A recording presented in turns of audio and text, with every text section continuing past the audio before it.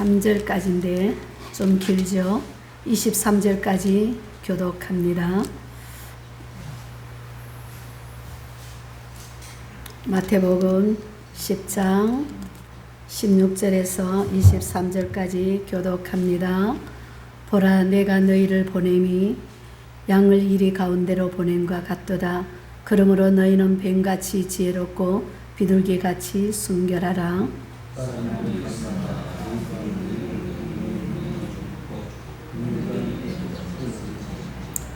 또 너희가 나로 말미암아 총독들과 임금들 앞에 끌려가리니 이는 그들과 이방인들에게 증거가 되게 하려 하심이라.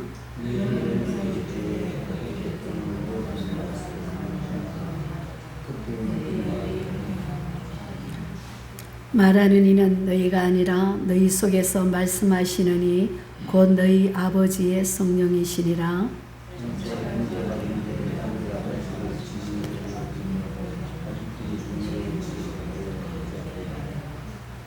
또 너희가 내 이름으로 말미암아 모든 사람에게 미움을 받을 것이나 끝까지 견디는 자는 구원을 얻으리라.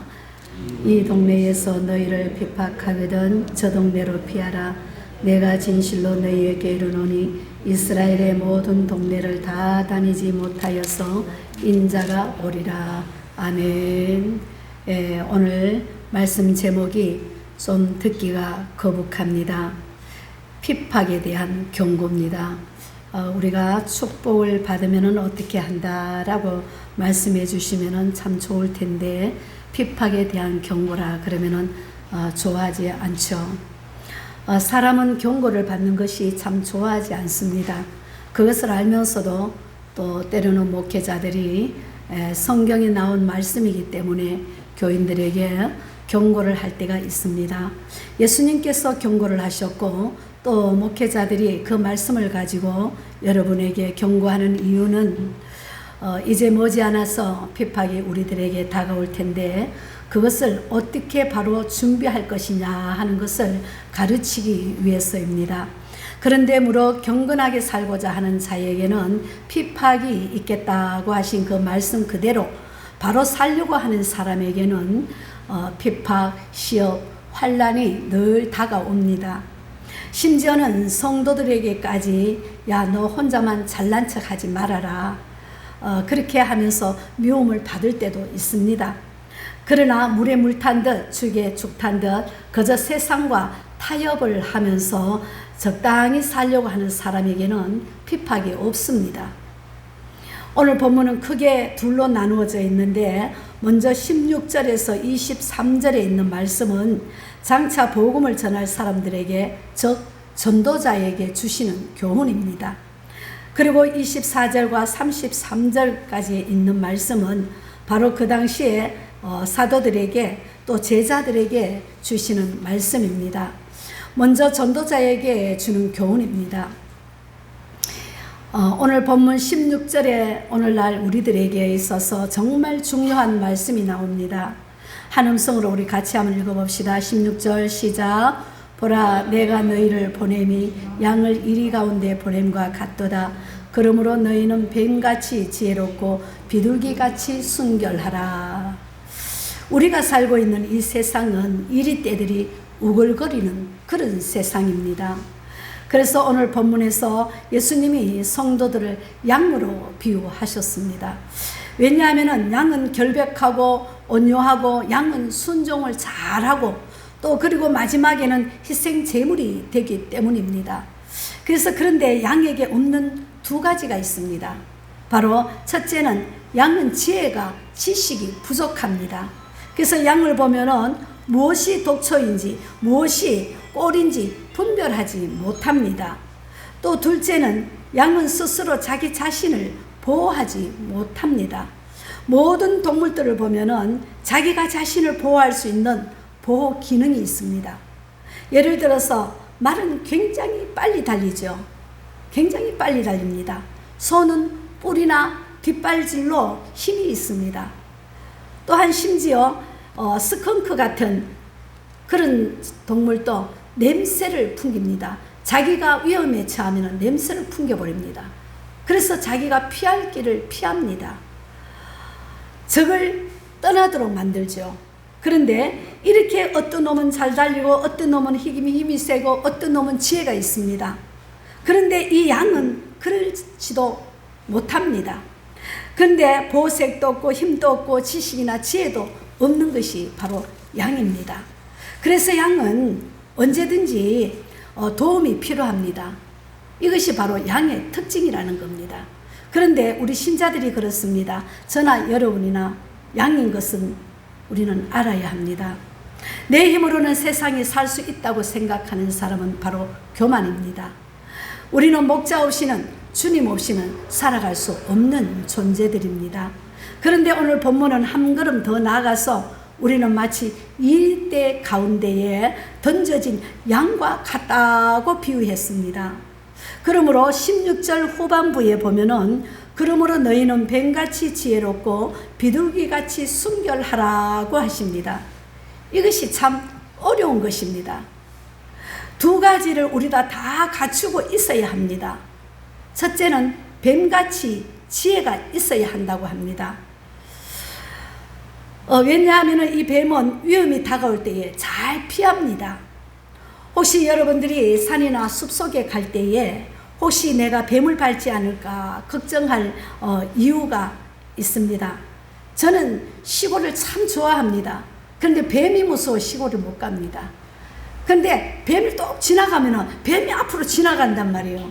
그러면 거기에서 진저가 딱 서가 꼼짝을 못 합니다. 그래서 내가 시골을 잘 안 갑니다. 승용차 타고 갔다가 승용차 태워놓고 나중에 이렇게 이제 승용차 타려고 하면은 혹시 바퀴 속으로 승용차 안에 뱀이 들어왔지 않나 살피고 난 다음에 탑니다. 그렇게 겁이 많습니다. 그런 뱀은 참 지혜롭다고 합니다. 절대 사람을 해코지를 안 합니다. 그런데 자기가 위험할 때는 가차없이 사람을 물어버립니다. 또 뱀의 치유는 상징으로 보기도 합니다. 그래서 옛날에 섬기던 우상 중에 뱀신도 있었답니다. 여러분들이 또 타일랜드나 가보시지 않았지만 저도 가보지 않았습니다. 그런데 타일랜드에 가면은 왕궁이나 절간에 보면은 그 기와장에 뱀 비늘로 기와장이 되어 있답니다. 바로 뱀신을 믿으면은 모든 병이 낫는다는 전설이 있었기 때문에 뱀신이 섬겼다는 것입니다. 그래서 어쨌든 뱀은 지혜가 있습니다.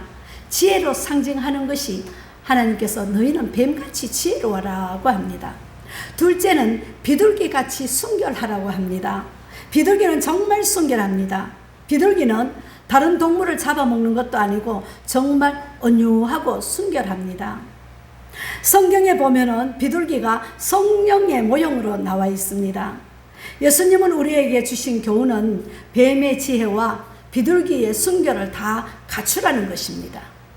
뱀같이 지혜로워야 한다는 것을 강조하다 보면은 너무 지혜로워서 세상과 완전히 연합되어지고 또 세상과 타협하게 되고 색습화될 가능성이 많습니다. 또 반대로 비둘기같이 하나만을 순결을 강조하게 되면은 자칫하면은 죽임을 당할 수가 있기 때문입니다. 그래서 성도는 뱀과 같은 지혜, 한편으로는 비둘기 같은 순결함을 갖추어야 합니다. 이 세상은 이리 때와 같은 세상이기 때문입니다. 그래서 시험이 오는 분야가 있습니다. 핍박받을 일들도 있다고 했습니다. 그럼 이러한 시험과 핍박이 우리에게 다가올 때에 어디서부터 오는가? 오늘 본문에 보면은 이러한 시험들은 하나는 밖에서부터 오고 하나는 안에서부터 온다고 합니다. 먼저 밖에서 오는 것은 가장 대표적인 것이 바로 국가라고 그랬습니다. 국가가 우리를 핍박합니다. 18절에 보세요. 18절에 보면은 또 너희가 나로 말미암아 총독과 임금들 앞에 끌려가리니 라고 합니다. 예수 믿는다는 이유 때문에 총독에게 끌려가고 예수 믿는다는 이유 때문에 임금들 앞에 끌려가게 된다고 했습니다. 바로 이 예언의 말씀 그대로 주후 64년에서 68년까지 로마의 네로 황제는 기독교인들을 정말 많이 죽였습니다.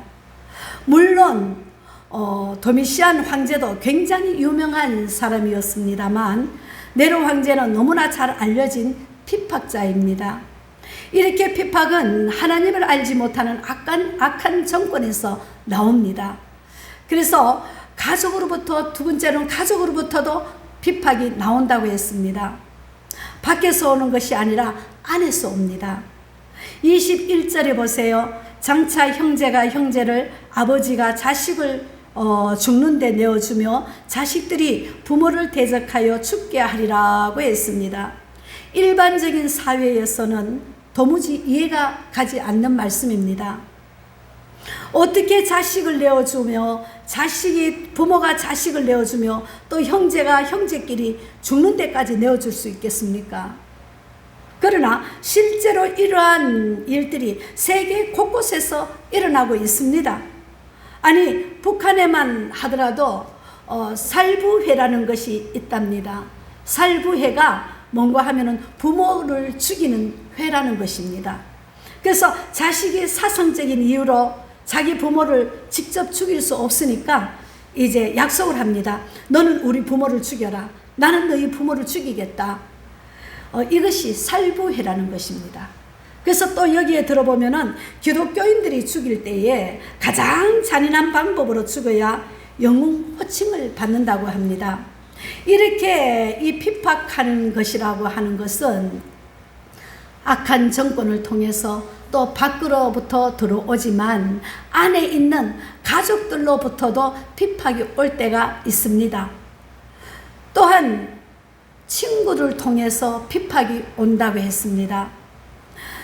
또 놀라운 것은 교회를 통해서도 핍박이 옵니다. 17절을 보시기 바랍니다. 17절에 보니까 사람들을 삼가라. 그들이 너희를 공회에 넘겨주겠고 그들의 회당에서 채찍질하리라고 합니다. 여기서 공회라고 하는 것은 산헤드린 공회를 말합니다. 성경에 보면은 산헤드린 공회를 두 가지로 표현했습니다. 공회라고 표현할 때도 있고 대제사장과 서기관들과 바리새인들과 장로들과 이런 말로 표현할 때가 있습니다. 이것은 똑같은 것입니다. 둘 다 산헤드린 공회인데 때로는 이 산헤드린 공회에 넘겨준다고 했습니다. 이 말대로 바울 사도가 넘겨짐을 당했고 베드로도 넘겨짐을 당했고 예수님도 그랬습니다. 이렇게 소위 말하는 교회라고 하는 곳에서도 핍박을 할 때가 있습니다. 오늘 말씀 17절 하반절에 보니까 저희 회당에서 채찍질 하리라고 합니다. 핍박은 구체적인 모형이 나와 있습니다. 그 당시에 유대교회를 믿지 아니한 사람에게는 39대에 매질을 했습니다. 근데 바울 사도는 고린도후서 11장 24절과 25절에 보니까 이렇게 39대를 맞는 것은 5번이나 매를 맞았다고 바울이 고백을 했습니다. 우리나라에도 예전에는 태형이라는 것이 있었는데 매질하는 것을 보면은 이 큰 주걱 같은 것을 가지고 배에 노같이 생긴 것으로 때립니다. 한 대요, 두 대요, 세 대요 하면서 때리죠. 그 때리는 것을 맞으면 여간 아픈 것이 아닙니다. 그런데 로마 사람들의 형태는요, 태형은 우리나라의 것과 비교할 수 없을 정도로 고통스럽다고 합니다. 그들의 태형은 채찍으로 때리는데 겉으로 보기에는 가죽으로 되어 있지만 가죽 속에 쇠가 들어있답니다. 그래서 강철이 들어있는데 그 끝부분에는 그것이 나와 있어서 채찍은 때리면은 살에 닿기만 하면은 살점이 떨어진다고 합니다. 그러니까 39대에 매를 맞으면은 그저 숨만 쉴 뿐이지 절대로 자기 혼자는 움직일 수 없을 정도로 된답니다. 바울은 이렇게 5번이나 매를 맞았습니다. 이렇게 그 당시에는 매질을 많이 했습니다. 나중까지 견디는 자는 구원을 얻으리라고 했습니다. 22절에 보니까 또 너희가 내 이름으로 말미암아 모든 사람에게 미움을 받을 것이나 끝까지 견디는 자는 구원을 얻으리라고 했습니다. 끝까지 견디는 자는 구원을 얻으리라고 했는데 이 말 뜻은 순교자만 구원받는다는 뜻이 아닙니다. 또 인내성이 있는 사람, 참을성이 있는 사람만 구원받는다는 뜻도 아닙니다. 이 말씀은 끝까지 믿는 사람, 믿다가 중간에 배도하는 것이 아니라 끝까지 믿는 사람은 구원을 받으리라는 것입니다. 여러분, 우리가 어떠한 핍박이 있다 할지라도, 어떠한 가운데 있다 할지라도 끝까지 예수님을 부인하지 않고 믿는 사람, 그 주님의 십자가의 능력을 믿는 사람, 날 구원하신 그 예수님을 믿는 사람만 구원을 받는다는 뜻입니다. 어떻게 보면은 지금 우리가 참 편안하게 또 편안한 때에 예수를 믿습니다. 그러나 이렇게 편안한 때라도 언제 우리에게 핍박이 다가올지 모릅니다. 밖에서 다가올지, 안에서 다가올지, 또 친구를 통해서 다가올지, 가정을 통해서 다가올지, 교회를 통해서 내게 핍박이 다가올지 모릅니다. 우리는 어떤 핍박이 우리에게 오더라도 끝까지 배도하는 일이 없이 참고 견디면서 믿음을 저버리지 않는 저와 여러분들이 되시기를 주님의 이름으로 축복합니다. 이 동네에서 너희를 핍박하거든 저 동네로 피하라고 또 한 말씀합니다. 23절에 보세요. 23절은 아주 난해한 구절로 유명합니다. 이 말씀이 이 동네에서 너희를 핍박하거든 저 동네로 피하라. 내가 진실로 너희에게 이르노니 이스라엘의 모든 동네를 다 다니지 못하여서 인자가 오리라고 했습니다. 그들은 동네를 다 다니기 전에 예수님이 오신다, 인자 대신 예수님이 오신다고 했습니다. 그런데 실제로 예수님이 오셨습니까? 그래서 난해한 구절입니다. 안 오셨다고 한다면은 성경이 거짓말하는 것이 되고, 또 오셨다고 하면은 언제 오셨나 그런 생각이 들 것입니다. 이것은 말씀대로 이루어졌습니다. 언제 이루어졌습니까? 오순절 때에 보혜사 성령님이 보내주신 부활의 주님이 함께 오셨습니다. 그래서 실제로 이 예언은 오순절 때에 그대로 이루어진 말씀입니다. 그리고 이 구절은 우리에게 피할 것을 가르쳐 줍니다. 이 동네에서 너희를 핍박하거든 저 동네로 피하라고 했습니다. 이 피하라고 하는 말은 우리에게 지혜와 조심성을 권면하신 말씀인데, 실제로 우리 예수님도 피했고 바울도 피했고 베드로도 피했습니다. 핍박이 다가올 때에 피했습니다. 피했지만 그러나 죽어야 할 그때가 왔을 때에 이제 죽는 것이 하나님의 뜻이라고 생각했을 때에 그때에 떳떳하게 죽었던 것입니다. 그래서 바로 그것을 우리에게 교훈해 주는 말씀입니다. 그러니까 박해가 생기고 핍박이 일어났을 때에 무조건 이제는 내가 순교해야지 하고서 미련하게 순교하라는 뜻이 아닙니다. 피할 수 있을 때는 피해야 합니다. 피할 수 있을 때 피하는 것이 하나님이 주신 기회입니다. 그러나 정말 이제는 주님을 위해서 피해야 할 때가 되었다고 생각할 때에 그때는 담대하게 죽는 것입니다. 우리들에게 그것을 가르쳐주고 있는 것입니다. 이제 두 번째는 사도에게 주는 교훈입니다. 주님의 고난에 동참할 것을 교훈하십니다. 24절과 25절에 보니까 성도들이 주님의 고난에 동참할 것을 말씀하고 있습니다. 제자가 그 선생보다 또는 종이 그 상전보다 높지 못하나니 제자가 그 선생 같고 종이 그 상전 같으면 족하도다 라고 합니다. 우리의 선생님이 되시는 우리의 주님이 되시는 그 예수님께서 고난을 당하시고 핍박을 당하셨습니다. 우리가 예수님보다 높아질 수는 없습니다. 우리가 예수님보다 더 대우를 받을 수는 없습니다. 우리가 고난을 받게 되어 있습니다. 그런데 이 말씀을 경고성 말씀임과 동시에 성도들의 특권을 말씀하는 것입니다. 왜 특권이냐 하면은 고난은 바로 우리가 받을 영광에 대한 보증수표입니다. 은행에 발행한 보증수표와 현금과 마찬가지라는 것입니다. 이 땅에서 우리가 주님을 위해서 핍박을 당하고 주님을 위해서 고난을 당할 때에 그것이 바로 하늘나라에 가서 우리가 영광 받을 것이라고 하는 그 구체적인 보증수표라는 말씀입니다.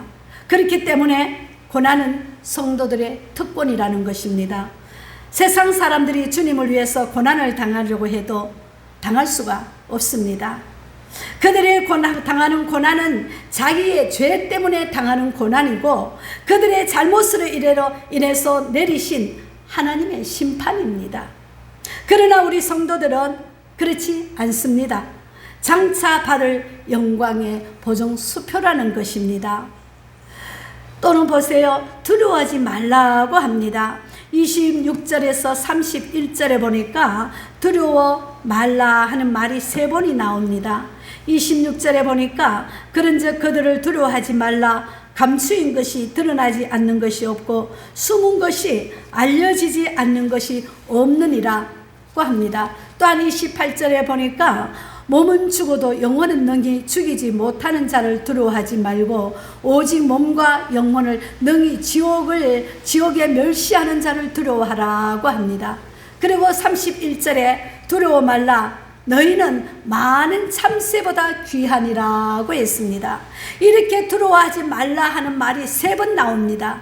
그런데 28절에는 두려워 말라는 말씀과 두려워하라는 말씀이 동시에 나옵니다.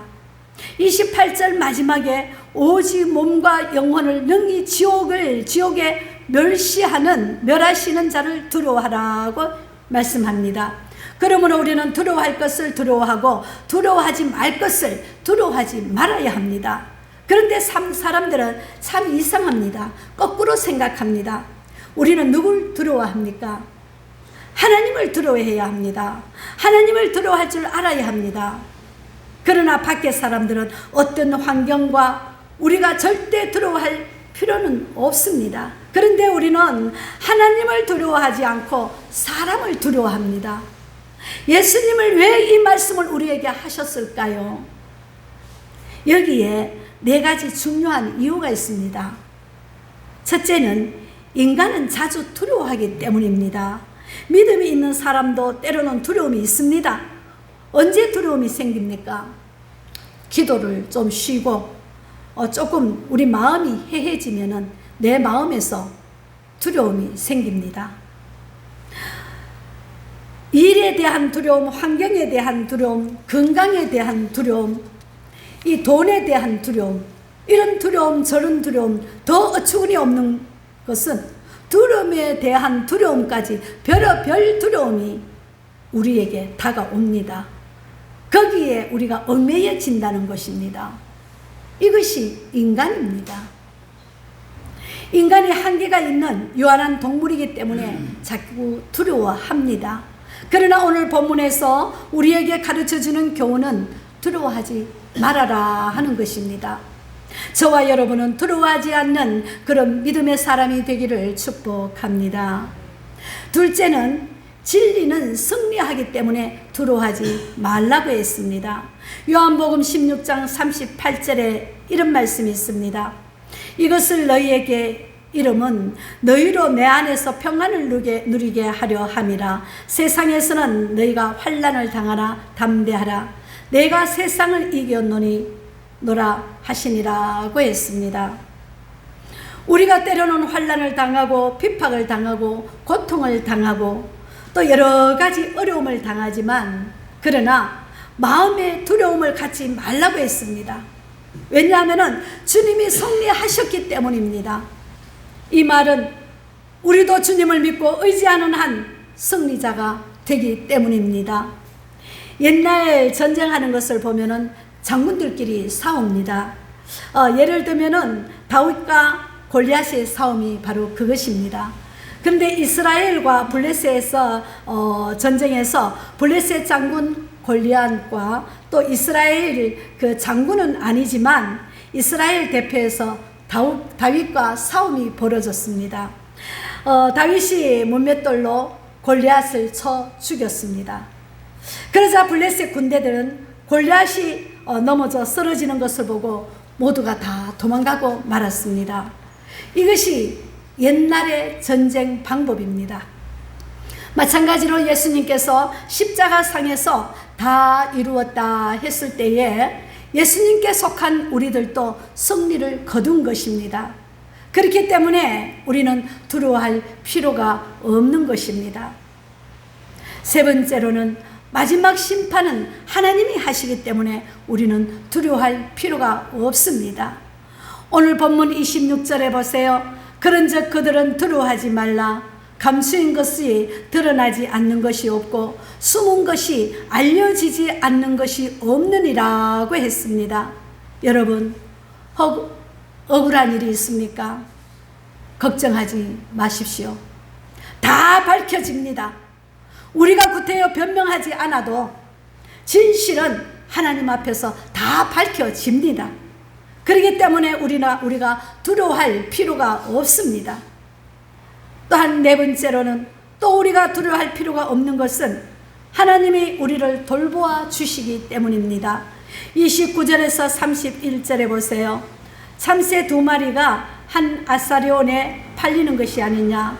너희는 많은 참새보다 귀하니라고 하셨습니다. 여기에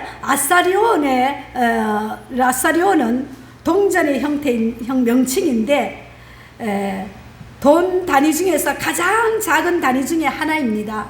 그런데 참새 한 마리가 반 아사리온에 팔리는 것입니다. 참새는 그야말로 동물 중에서 가장 작은 동물 중에 하나입니다. 참새 죽였다고 법에 걸리는 법도 없고 또 아무것도 그것에 대해서 말하는 사람이 아무도 없습니다. 그것은 아무것도 아니기 때문입니다. 그러나 이 참새 한 마리도 하나님께서 좋다 하고 결제해야만이 그 생명의 땅에 떨어집니다. 하물며 하나님의 형상으로 지음받은 우리들에게 하나님의 허락 없이는 아무도 손댈 수가 없습니다. 그렇기 때문에 우리는 두려워할 필요가 없다는 것입니다. 누가복음 21장 18절에 너희 머리털 하나도 상치 아니하리라 했고 본문에는 너희에게는 머리털까지 다 세신 바 되었다고 했습니다. 누가복음 28장 18절에 그렇게 말씀합니다. 하나님의 말씀은 1.1획이 변함이 없다고 말씀하셨습니다. 우리는 이 말씀 그대로 이루어질 줄 믿어야 합니다. 하나님이 우리의 머리털까지 다 세십니다. 의학 박사도 우리 머리털을 세지 못합니다. 우리의 머리카락 하나하나까지도 다 세시고 계시고 머리털 하나도 상치 아니하도록 돌보아 주십니다. 그러므로 우리는 조금 더 두려워하지 말고 강하고 담대하게 주님 앞에 머리 숙여 겸손하게 뱀과 같이 비둘기가 같이 지혜롭고 순결한 자가 되기를 위해서 기도하실 수 있기를 축복합니다. 또한 주님은 세 번째로는 주님이 부인할 세 가지 가능성이 말씀하십니다. 우리들의 주님을 부인해서는 안 됩니다. 그런데 우리에게는 주님을 부인할 가능성이 있다는 것입니다. 어떻게 부인합니까? 입술로 부인합니다. 침묵으로 부인합니다. 때로는 행동으로 부인하는 방법이 있습니다. 바로 우리에게 입술로 주님을 부인할 가능성이 있다는 것입니다. 우리가 사람 앞에서 예수님을 시인하면 하나님께서도 우리를 시인하시고, 그러나 반대로 우리가 주님을 모른다고 하면은 주님께서도 우리를 모르신다고 하십니다. 시몬 베드로가 예수님을 3번씩이나 부인했듯이 우리는 주님 입술로 부인할 수가 있습니다. 베드로는 3번만 부인했지만 우리는 30번 아니 300번 부인할 수도 있습니다. 아니 벌써 우리가 많이 주님을 부인했을지도 모릅니다. 또한 침묵으로 주님을 부인할 수가 있습니다. 그러나 격언에 보면은 이런 말이 있습니다. 웅변은 금이요, 침묵은 웅변은 은이요, 침묵은 금이라고 했습니다. 물론 그런 경우도 있습니다. 그러나 그렇지 않을 경우도 있습니다. 예를 들어 많은 사람들이 하나님이 어디 있느냐 할 때에 가만히 침묵하고 있으면은 거기에 동조합니다. 우리 손주가 3살 때부터 야, 예수님이 어디에 계시냐 하면 할머니, 예수님이 내 마음에 있어. 내 마음속에 있어. 늘 그렇게 합니다. 그래서 전도하러 가자고 합니다. 어디로 전도하러 가냐? 어떻게 전도하냐? 예수님이 내 마음속에 있으니까 예수님이 나를 인도하셔. 그러니까 할머니 가서 예수 믿으라고 하면 돼. 내 친구가 있는데 친구가 믿음이 없어. 3살 때에 그렇게 얘기합니다. 그렇게 얘기하던 그 손주가 지금까지도 오직 하나님이 나와 함께 하신다는 그 믿음으로 살아갑니다. 그 믿음으로 살아가니까 학교에서도 늘 학교에서 전교에서 1등하고 그 시에서 알아주는 우등학생으로 공부합니다. 하나님이 나와 함께 하시오. 내가 무엇을 먹든지 마시든지 오직 주님이 나와 함께 하신다는 그 믿음만 있으면은 주님께서 나를 인도해 주실 줄 믿습니다. 그래서 우리는 침묵으로 하나님을 부인하는 자가 되지 말아야 합니다. 한 걸음 더 나가서 행위로 주님을 부인하는 사람들이 있습니다. 입으로는 시인하지만 행동으로는 하나님을 부인하는 경우가 있습니다. 그렇기 때문에 우리는 그리스도에 의해서 입술로 시인하고 또 행위로 시인하는 그런 성도들이 될 때에 우리가 진정한 의미의 성도요 크리스찬입니다. 우리는 말과 행동과 일치가 되어야 합니다. 예수 믿는다고 하면서 나가서 이방인들보다도 더 악한 생활하면 안 된다는 것입니다. 오늘날 보면은 종교 생활의 일부분입니다. 나는 어느 교회 큰 교회 권사야, 나는 큰 교회 집사야 하면서 많은 사람들 앞에 손가락질 받습니다. 저런 사람 때문에 교회 가기 싫다는 겁니다. 사랑하는 여러분, 나는 어떤 존재입니까? 우리가 한번 살펴보아야 합니다. 이제 말씀을 마치겠습니다. 이 시간에는 핍박에 대한 주님의 경고를 우리가 살펴보았습니다. 이 세상에서 우리가 전도할 때에 그야말로 이리대 속에서 들어가 있는 양들처럼 이럴 수도 없고 저럴 수도 없는 경우가 많이 있습니다. 그럴 때에 우리는 뱀같이 지혜롭고 비둘기같이 순결해야 합니다. 또 한 걸음 더 나가서 우리가 이 세상을 전도자로 혹은 성도로서 살려고 할 때에 두려운 일이 자꾸 벌어집니다. 그러나 우리는 두려워할 필요가 없습니다. 왜냐하면 하나님께서 우리를 돌봐주시기 때문입니다. 또 주님께서 이미 승리하셨기 때문에 우리 주님을 믿는 자들에게는 이 승리자가 주어지기 때문입니다. 그러므로 우리 모두가 두려워하지 말고 담대하게 이 세상을 살아가면서 믿음으로 승리하는 저와 여러분들이 되시기를 주님의 이름으로 축복합니다. 기도합니다.